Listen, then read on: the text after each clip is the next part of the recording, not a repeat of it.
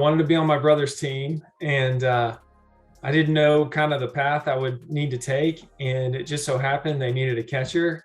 I was like, I'll do it.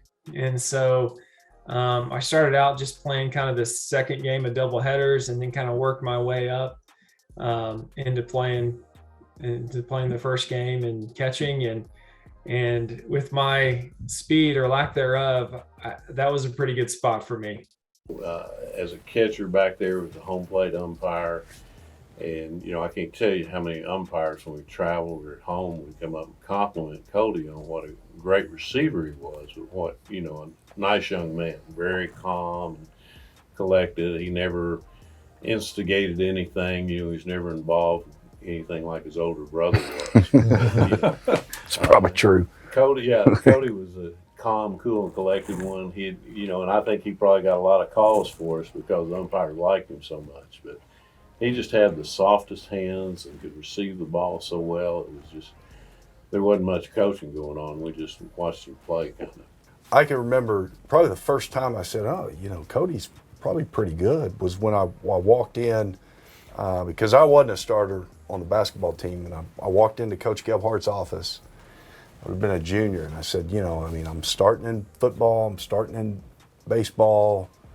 I was giving him an opportunity to kind of talk me out of quitting, or just going to playing two sports, and he said, no, I think that's probably the best decision for you, and I'm fine with that. He said, now, but your brother's still playing basketball, isn't he? And so that really did a lot for my confidence. He was always there. I always had in the back of my mind that, well, maybe this is here he focuses just on baseball, but he always, he would just show up and happy to be there, and he was ready to go play whatever the sport was. He was going to go out there and do a great job for you, and give you 100%. But I never really worried about Cody because he was just that kind of kid. He wasn't going to let me down. He wasn't going to let his teammates down. Well, I always had a heart for baseball. I think that was always my number one. As far as football goes, there's still nothing like a Friday night.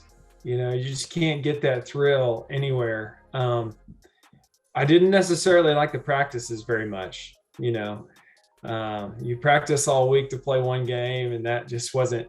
I like the baseball where you play every day, but still, just the thrill of the Friday night. It's hard to beat that. Cody was not real fast, but sucker got open all the time. He was open. And that again goes back to his preparation and his plan and knowing what to do. But he was always open. That's why he had so many catches. But Cody just had that maturity and ability when he came over to tryouts, and we talked to him, and never saw a drawback or worried about it after he got here. As a ninth grader, he just came, walked in and played just like he did, in football and whatever else he did. He was that good an athlete. He wasn't a like everybody's describing his ability. He wasn't this fast, he wasn't this, he wasn't that, but he was smart, he was confident, and he was a leader, so he just played, and everybody else played behind him. When you and Cody got in a scrap, did your dad or your mother get between you most of the time?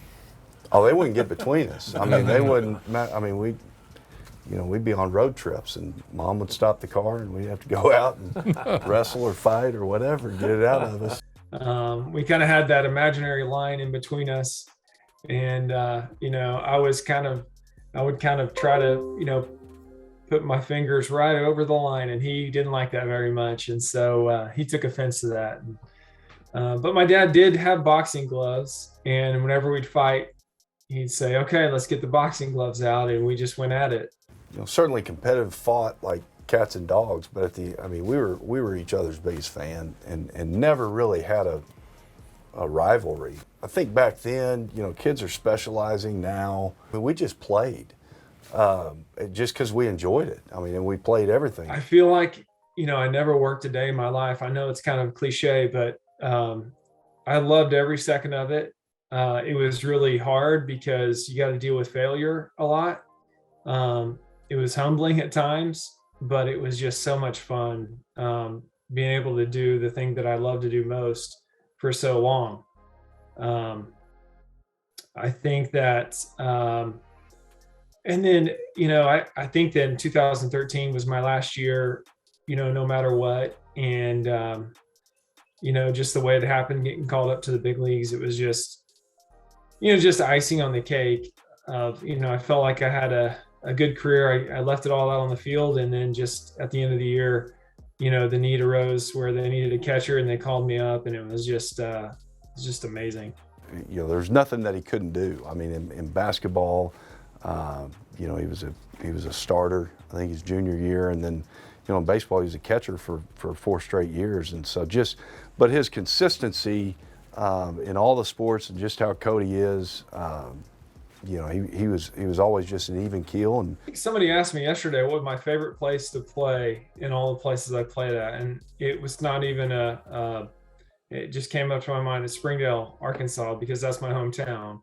That was just an amazing thing. It was where I grew up, and I knew most of the fans that went out there, and my grandparents were still alive at that time, so I could see them whenever I wanted. And it was just it's something that you, if I could play 20 years at that spot, I probably would.